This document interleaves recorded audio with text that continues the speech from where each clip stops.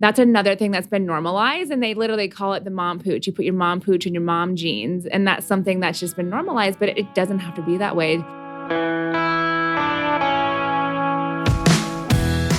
You're listening to the Ethos Athletes podcast, where we believe that your health is the number one resource you need to accomplish your dreams. My name is Dr. Matthew Hernandez, and I'm a physician dedicated to helping my patients maintain their active lifestyle and continue doing what they love. I'm sitting down with other experts so that we can provide our listeners with the knowledge they need to improve their health and live their best life. Hey everyone, this is Dr. Matthew Hernandez, and you're listening to the Ethos Athletes podcast, where we give you resources to help keep an active lifestyle. Today, we're going to be continuing our Fit Mom series. For this particular series, we've been talking about health and taking care of yourself before, during, and after pregnancy. We brought on Ashley Allen, who is the owner of Ashley Allen Fit. She is an IFBB fitness pro and a pre- and postnatal fitness specialist who's a certified personal trainer. Today, we're going to be discussing pelvic health, and we brought on another guest for this particular episode. It's Dr. Jessie Doepler with the Doctors of Physical Therapy. So Ashley, Dr. Jessie, welcome to the show. Hi, thanks for having us, Matt. In this series, as I said, we've talked about health during pregnancy and making sure that women are taking care of themselves. Ashley's given her experience on how she's done that, or how she did that through her pregnancy, what she did after the fact to recover. And one of the biggest things that she really wanted to talk about was pelvic health. Ashley, when we say the word pelvic health, can you talk about what we're looking at? How is this something that affects women? And, what is it? How does it affect people? Yeah, so when we talk about pelvic health, it's also your pelvic floor, your core, your glutes. So you're really talking about that trunk part of your body. And when you go through pregnancy, believe it or not, a lot of stuff happens down in that area. So you want to make sure that you prioritize taking care of that area, keeping it strong and connected. And it's really not something that is super mainstream yet. So if you're just learning about pelvic floor health now, you're not alone. It's not out in the open yet. It's still kind of taboo in America.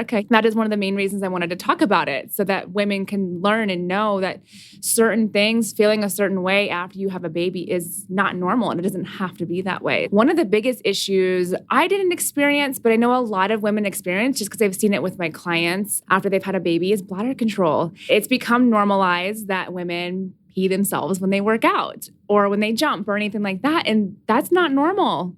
It doesn't have to be that way. I know by training your pelvic floor, and especially after you've had a baby, if you're experiencing that even during pregnancy, seeing someone who specializes in training that pelvic floor can really help prevent and heal that area, so you don't have to deal with that forever. So that's why I'm excited to have Dr. Jessie here to kind of talk a little bit about that. Ashley mentioned bladder control and having accidentally pee yourself, different things like that during certain movements. Is there any other thing that women experience, or even men for that fact, experience with having weak pelvic floor muscles, or, essentially there's weakness in the hips as well, right? And can you speak a little bit to that? Ashley touched on this too, about how important the quote unquote core is when it comes to all of this. So our body never works in a silo. So we have the pelvic floor, we have the hips, we have the core. Our core in general, everyone always thinks of their abs when they think about their core. But what it actually is, it's more of a pop can. It's got sides, it's got top and a bottom. So we've got our abs in the front, we've got our multifidi and our small back muscles in the back. Then we have our diaphragm on the top, and our pelvic floor makes the bottom of that entire core. And so the core that we talk about is really a pressurized system. It's a system that actually supports our spine. And so if we don't have that pressure, what happens is basically we have no ability to support our spine.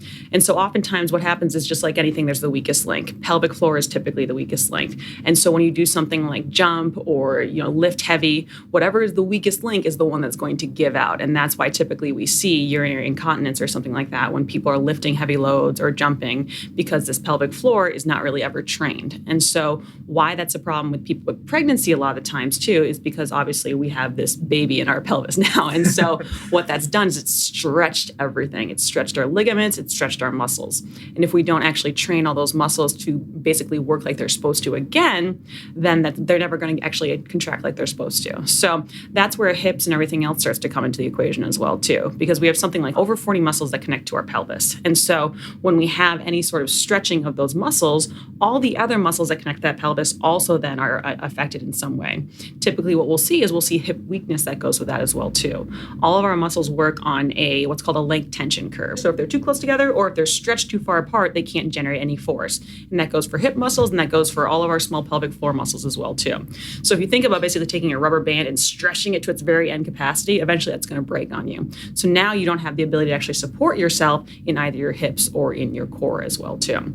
So that's why it becomes important to make sure that we're not only looking at just what's going on with our abdominal muscles, but what our hips look like as well too. Because when our hips attach to that pelvis, what they do is actually support the pelvis as we continue to regain strength with the pelvic floor and everything else too. That makes sense. You mentioned the subject of pelvic floor health being a taboo thing. Is this something, like in your experience throughout your pregnancy, did the doctors that you were seeing, did they have a conversation with you about this? Or is it more taboo between women who are, like, say, in your pregnancy group? Yeah, so I don't want to make it seem like OBGYNs know what they're doing, because they do know what they're doing. They know how to deliver a baby. They know what to keep you. They know how to take care of your vitals and your overall health during pregnancy. However, they are not pelvic floor specialists. Most of them are not pelvic floor specialists. It takes years of education to get to that point. And the doctors I've spoken to, they only get a little touch on it in their schooling. So they may not know. I mean, I'm sure they know how to, if something, if a prolapse or something's going on, they know how to, diagnose that. But as far as treatment, a good OB should refer you out to someone. But it's not always a conversation that they have with you. It was crazy. I remember leaving the hospital when I had Savannah. This was 48 hours after I delivered. I had stitches. It feels like your organs are going to fall out of your body. And the doctor came in and she was like, all right, see you in 6 weeks. And I was like, what? I was in shock. I was like, what? You just saw me 40 times in the past 40 weeks. And now, after we just had this baby, I won't see you for 6 weeks. I don't know why I was so thrown back by that. Because you should have been. I should have been seen. I mean, I know in some other countries, you see a pelvic floor specialist in the hospital. So you start that rehab right away. It's just not like that here. It's not a part of our system yet. And I know, unfortunately, a lot of insurance companies won't even cover pelvic floor therapy, which is just mind-boggling. Yeah. It's crazy. So, yeah, it's just not the norm here. We've instead normalized things that shouldn't be. Yeah. One of the other things we've normalized, too, is that, after you've had a baby, you'll just be in pain. I see patients all the time. I have a patient right now who's had back pain since her son was born, and her son is 4. And the OBs always say, yep, it's normal, it'll go away, and it doesn't go away. Yeah. And these women are never given the option of, hey, guess what? There's something you can do. One of my friends who's a pelvic floor specialist, her favorite thing to say is, you wouldn't trust your PT to deliver your baby. Why do you trust your OB to prescribe your physical therapy? Exactly. There's a lot of OBs that are really great at everything they do. It just seems that the ball kind of gets dropped a lot of the time. And so that's where I see a lot of women with tailbone pain, hip pain, back pain that's going on for years before it's addressed. And they're always just told it'll go away, or that's part of pregnancy, it's part of having a baby. And it's not. And women are just so good at putting their pain on hold or being like, well, yeah, now I've got a baby to take care of. I got other things I got to do. That it becomes years down the road where things start to really get even worse, because our body is really good at compensating even after a trauma like having a baby. And so our body will get away with stuff for a really long time until it can't anymore. And same thing with leakage. They'll be like, that's all right. I can handle it. They told me this was normal. And it's none of it is. So that's a really good point, that people that go through pregnancy and having a baby just oftentimes aren't given the information that they need afterwards.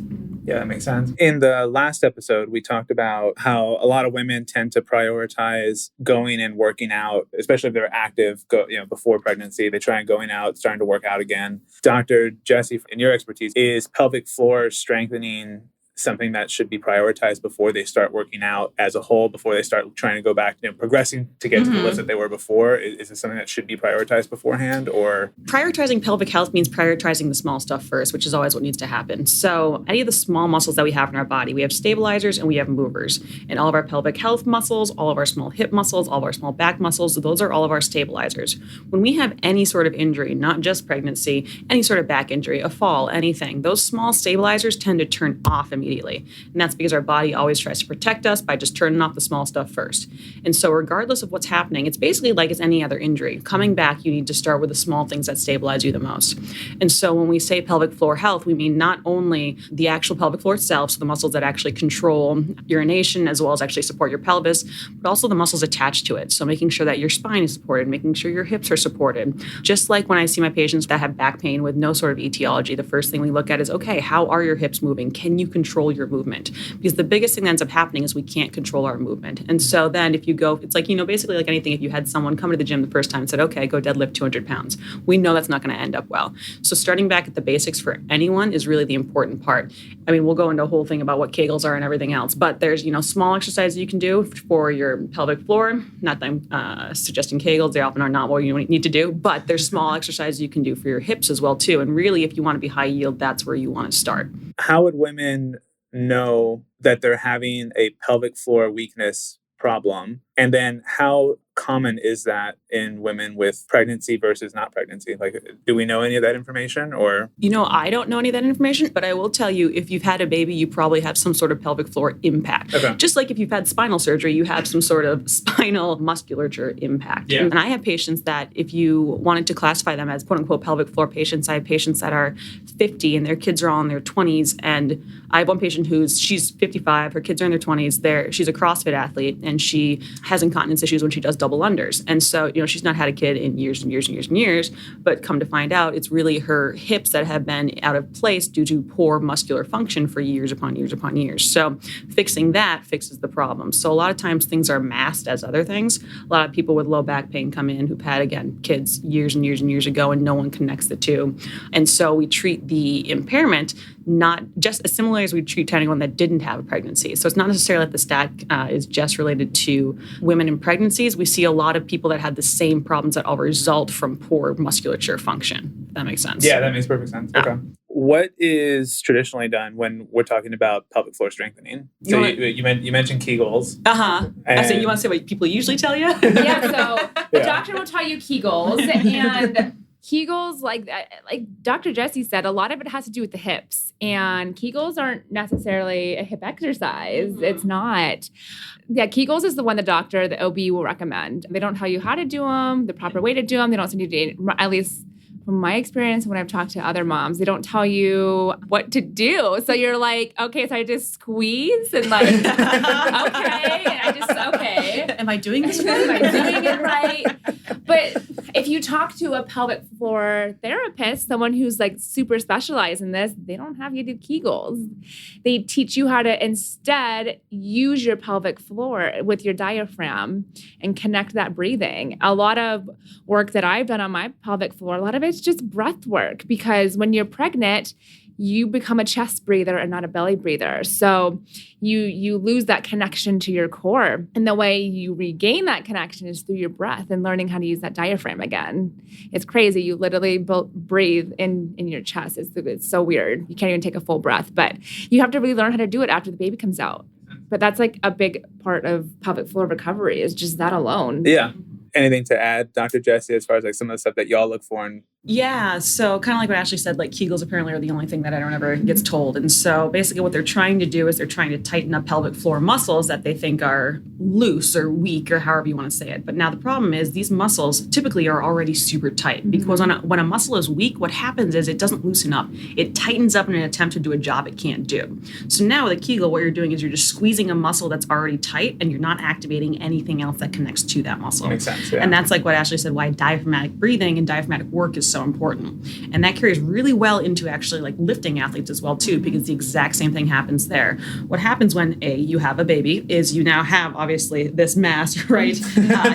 Mass is a terrible way to say that. But for the demonstration, all I'm saying is that what's happening basically is it flares your rib cage out and it flares your diaphragm out as well too. So now what happens is your diaphragm is up, which then can no longer actually create the pressure you need to oppose your pelvic floor. And both these things start to suffer. We see the exact same thing with people trying to lift heavy, in that they try and recruit a bunch of other muscles. And what happens is they end up having their diaphragm also start to stick up out of place as well too. And that's why you see a lot of that heavy back arching, those sorts of things in heavy lifting athletes, but also in women who are pregnant. You see this really big arched back. And so those are all things you have to correct afterwards. with, like you said, a lot of that diaphragmatic breathing. I feel like I got away from your question, Matt, a little bit. No, you're good. We're talking about what are some of the things that you look for during that entire, Thank you. Yep. like So the treatment. what I like to say to my patients a lot of times too is tightness is a symptom, not a cause. So we see this tightness in this pelvic floor muscle. So now we need to ask ourselves why. The answer is because they are weak. Okay, why are they weak? Because they've had a lot of load on them. Okay, what other muscles now are compensating or also need to be strengthened in order to support this? So one thing I do look at actually is breathing. Do they breathe apically, which means do they breathe in their chest up and down here, or are they able to actually take what's called circumferential breaths, actually use their diaphragm appropriately? The other thing I look at, we've talked a lot about this, is hip strength. We have these small internal rotators that attach from our femur, from our leg, to our pelvis itself. And so when our pelvis is stretched, those muscles in particular also get stretched or shortened. And so we can check those by checking what your actual hip strength is. And so if I test your hips and I can win on a lot of those tests, it tells me that your hips are weak, quote unquote weak, or your muscles are shortened or lengthened. And that gives me some really good clues as to how the muscles in your body are actually supporting yourself. So that's typically where I tend to start there, as well as what the muscles in your back are doing to support your spine. You talked about looking at hip weakness or hip strength and back strength. When we're looking at that aspect, is this something that like a pelvic floor specialist physical therapist will look at as well? Is there something that differentiates you as the outpatient physical therapist that you are compared to pelvic floor between the two when you approach pelvic health as a whole? Good question, because I should differentiate. I am not a pelvic health specialist, but what I am is a movement specialist. And so there are people that are pelvic health specialists, and how I actually treat it as more of an outpatient or an ortho look is that everything is connected. So pelvic health specialists, what their kind of specialism is that oftentimes they will treat internally. So they will actually manipulate or work on the muscles that are your pelvic floor, the levator ani, all those small muscles down there. But what that's doing, it kind of goes back to our tightness is a symptom, not a cause issue. And the fact is they're treating the muscles themselves, those small muscles, by loosening them up, similarly to when I try and do like a QL release on your back or something like that. Yeah. But if you're just targeting that small muscle and nothing else, we're not going to actually get to the root of the problem. So that's why it's really kind of cool how specializations like pelvic health actually start to work their way into more the mainstream, basically, because what we do is we look at the back and the hips and everything else, because those are what's supporting the pelvic floor. The pelvic floor is a symptom of everything else that's going on. Yeah. So we see a lot of people that come in and say, oh yeah, I thought I needed a pelvic health specialist. I didn't want internal work, which is totally understandable as well too, but I didn't think you guys could do anything for me. And the fact of the matter is it's not just about the one muscle that's bothering you. My other favorite PT idiom is the culprit is silent, the victim cries out. The bladder leakage, all of that, those are all your symptoms of the victim. The culprit is the fact that you don't have the musculature to support yourself. We're able to solve a lot of pelvic floor issues, a lot of leakage, a lot of pain, a lot of back pain, a lot of tailbone pain by looking at the whole as opposed to just focusing on the small pelvic floor muscles themselves. And I think there's a great field that does that. The pelvic floor specialists are great at what they do. But the thing I love most about PT is we take a step back. Like, I know that you have pain when you lift, and I know you have pain when you leak when you lift, but I want to know why, and I want to know how we're going to fix those things in the long run, not just how we're going to fix that one type muscle. That makes a lot of sense. And like you said, the tightness is a symptom. It's not the cause of the issue. So yeah, that makes perfect sense. Ashley, when it comes to pelvic floor strength, are there any other things that some of the women in your mom groups or some of the clients that you have that you've trained, and what other concerns do they have with regards around this? I'm assuming fixing it and getting rid of it is the biggest thing that they have. But any other questions that get brought up with this particular topic? I think a lot of women experience pain and they're told that's normal. Like we talked about a little bit earlier, it's normal after birth to experience pain. And yeah, it does take time to heal. But if you're comfortable enough to tell your trainer, if you're working with a trainer, you should be comfortable to tell them when you're in pain down there. Like if you're not comfortable to tell them that, you should find a new trainer. Yeah. If you're in pain, don't push through it. This is not a pain that you should push through. If you're feeling pain, ask to get referred to someone that can help you with that pain, because it doesn't have to be that way. I'm just trying to think of other things a woman experience is the abdominal separation. Yep. That's a big one. When you have a baby in your tummy, your abs separate. It happens to pretty much all women. And I know a lot of women live with that too. They don't realize that it's called the mom pooch, where the stomach kind of just sticks out and looks like you're always 4 months pregnant. That's another thing that's been normalized, and they literally call it the mom pooch. You put your mom pooch in your mom jeans, and that's something that's just been normalized, but it doesn't have to be that way. Do you guys work with that? So the medical term for that is diastasis recti. Yeah. The reason Which is I nicer to say. Which is nowhere near as mean sounding. Yeah.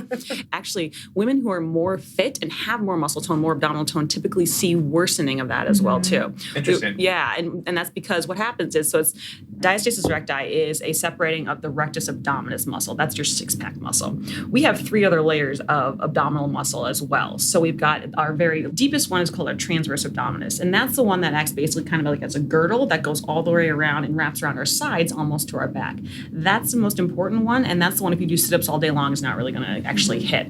And that's the one also that is oftentimes the weakest in all of us. And so when we have this diastasis in which that the rectus muscle is actually separated, it's typically because we've had a lot of stress on it, i.e. a baby, and the transverse abdominis underneath it is not strong enough to be able to actually strengthen it again. So that's another instance actually in which pelvic floor is really helpful because there's some really good fascial work you can do to try and help get that to come back together, as well as training the transverse abdominis and then those oblique muscles as well. So it's basically the 6-pack's part of a 4-pack as far as the abdominal muscles are concerned. And so when that's the one that's stretched, we need to make sure we're looking at all the other 3 as well to support it. So you're right. We see a lot of that. We see a lot of women who are like, yeah, this is just kind of how I'm hanging out now. And it's the exact same idea as that this is part of that pressurized system that we need. And if the front part's not working, the bottom part's not going to work either. So yeah, that's a good point. That's a really common thing that we see that, again, women are just told, hey, it's normal. Hey, work through it. Hey, it'll be fine. Yeah. So we got to stop telling women that. Yeah. I just think it's just become so normal over the years. But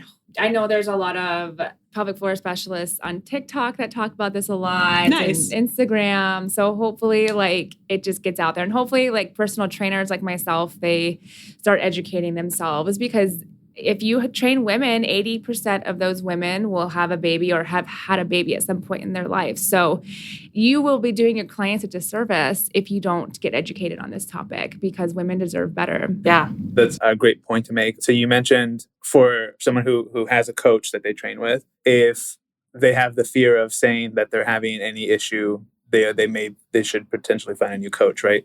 But what are some of the things that a coach should be doing proactively to figure out if their client is going to have any issue with that? What are some of the things that you do to kind of make sure that all that proactively is going to be good? So number 1, get certified in pre and postnatal fitness, specifically with Girls Gone Strong. That's where I got mine. They are the leaders in this industry for training for women. Educate yourself as much as possible so you know what to look for. And then when you do your client intake or your consultation, ask thorough questions and don't be afraid to poke too deep because sometimes they might tell you something and if you dig a little bit deeper, they're like, oh, I thought that was normal. And it's like, no, we can work around this. And then if you dig a little bit deeper, then you might, if it's out of your scope of practice, then you're going to be able to refer them to someone who can really help them. And then they're going to be even more grateful for you. So I think number 1 thing as a coach is ask questions, especially if you have a client come back after they just have had a baby. Understand what they've done between birth and now. Where are you going to start with them? Because if they haven't done anything, any sort of recovery at all, then they need to before you throw a barbell on their back again or have them deadlift or lunge or anything. Yeah. So it's just important to make sure you're just digging a little bit deeper and asking those questions. Awesome. Ashley, if anyone wanted to get a hold of you, what's the best way for them to do that? So they can email me, ashley@ashleyallenfit.com, or follow me on Instagram @ashleyallenfit. Perfect. And then Dr. Jessie? Yeah, same thing. So you can email me at Dr. Jessie, DrJessie, @thedoctorsofpt.com. I know it's kind of long. You can see our website. We're also on the Instagram at Doctors of PT. We have a Facebook page that's pretty live with a lot of good tips as well, too. Or you can give us a call. Our number is 480-482-0651. I'm fairly certain. Awesome. Perfect. Thank you all for really shedding some light on pelvic floor weakness, strength, and how we can go about getting that addressed and not making it as taboo for people. Ashley, Dr. Jessie, thank you so much for being on the show. Thanks so much, Matt. It's been great. Thank you. Thanks for having me. It's been great. Yeah. Thank you. Thank you all for listening, and we'll catch you on the next episode.